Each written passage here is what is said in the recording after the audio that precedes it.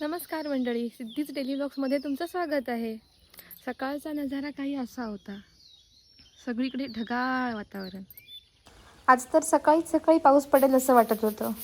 एकदा का पाऊस पडून गेला की छोट्या छोट्या पंखांवाले किडे रात्रीच्या लाईटीवर येऊन बसतात आणि त्यांची पिसं अंगणभर पसरलेली असतात. ते साफ करायला खूप वेळ जातो. इकडे बाबा आणि तुषारसुद्धा बागेत जायला निघाले होते. मागच्या अंगणात बघितलं तर हे मांजरीचं पिल्लू आरामात बसलं होतं. मात्र मच्छीवाल्या काकी येताच लगेच उठून बसलं.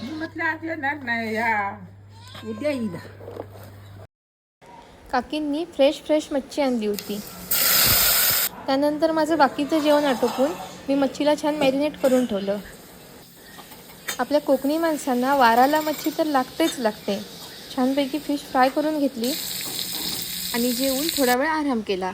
तर असा काही होता माझा आजचा दिवस. तुम्हाला कसा वाटला मला कमेंटमध्ये नक्की सांगा आणि फॉलो करायला विसरू नका.